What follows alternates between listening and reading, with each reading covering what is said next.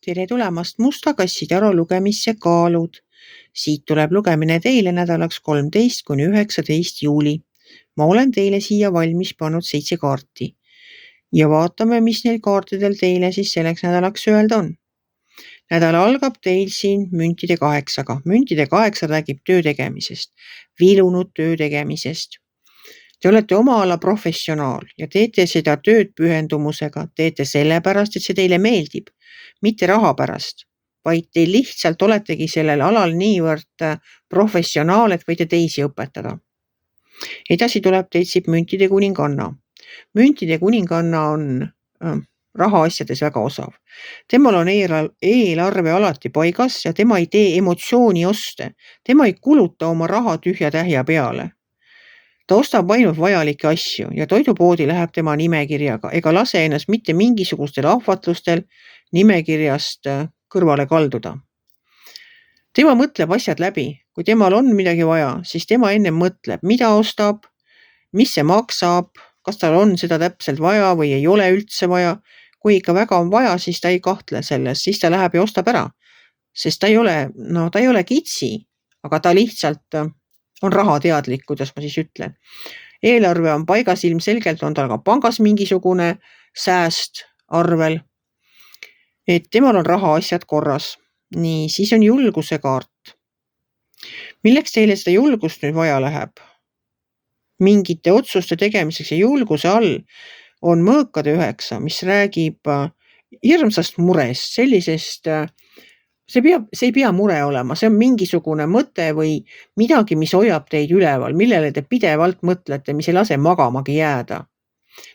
Mina ei tea, ega see ei pea alati mure olema, see võib lihtsalt ollagi mingisugune mõte, mis on peas ja enne kui pole selgeks mõeldud, magada ei saagi. Aga üleval lõpetab selle rea selle julguse kõrval sauade baas. Kõik need sauade suuremad kaardid ongi sellised hästi kärsitud, tahaks peale hakata. Nii tuleb ka see sauade baas mingi uudisega. Davai, hakkame pihta. Ta on nii kärsitu, ta võib jonnima hakata, kui ta kohe ei saa oma tahtmist. Aga samas ta on ka püsimatu ja unustab selle ära, mida ta tahtis. Kui ta ikkagi pole oma tahtmist saanud, siis ta keskendub millelegi muule. Hakkab midagi muud tahtma ja tal läheb hoopis meelest ära, et ta seda ka tahtis. Siin all on meil karikate 8 ja siis on meil siin veel sauade 7. Karikate 8 on kaart, mis räägib sellest, et midagi on nagu puudu. Midagi on puudu, aga täpselt aru ei saa. See on täpselt selline tunne, et lähen poodi, tahaks midagi head, aga vaat praegu täpselt ei teaks, ma tahan torti või tahan kala. Tahan heeringat või tahan torti. Et võt ongi selline imelik tunne, et ma midagi tahan, aga ma ei ole veel aru saanud, mis see on. Kui ma nüüd poes ringi käin ja seda näen, siis ma tean, et ma seda tahan. Nii on ka selle karikate 8-ga. Te näete seda ja siis te teate, et see oli teil puudu. Et ei suudagi seda välja mõelda, mis te hetkel tahate või mis teil hetkel puudu on.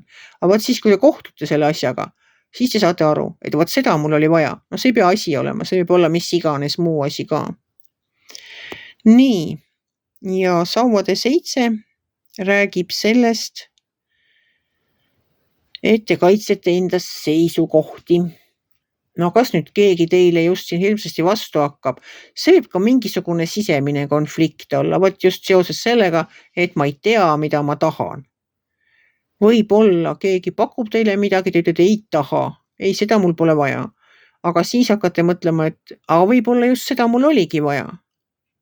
Või tahate midagi muud ja teised teevad maha. Pole sul seda vaja, mis sa sellega teed, aga teie jääte endale kindlaks, võt seda ma just tahtsin ja see ongi see, mis mul puudu oli. Need sellised nagu keerulised küsimused iseenesest. Inimene võib ka iseendaga konflikti minna ja hakkama tõestama endale midagi. Et võt see kaart tähendab enda seisukohtade kaitsmist. Selline lugemine tuli teile, armsad kaalud. Te oletegi minu meelest kaalude tähemärk kui selline ongi vahest 2 vahel. Ei teagi, mida ta tahab. Te olete ju kaalud.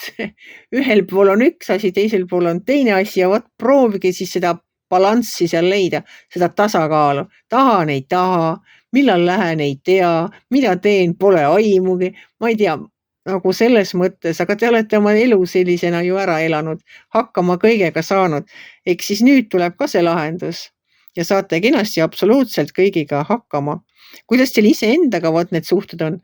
Seda mina ei tea, sest ma arvan, et ega te iseendaga ka nii väga hästi läbi ei saa. Aeg-ajalt lähetegi vaidlema.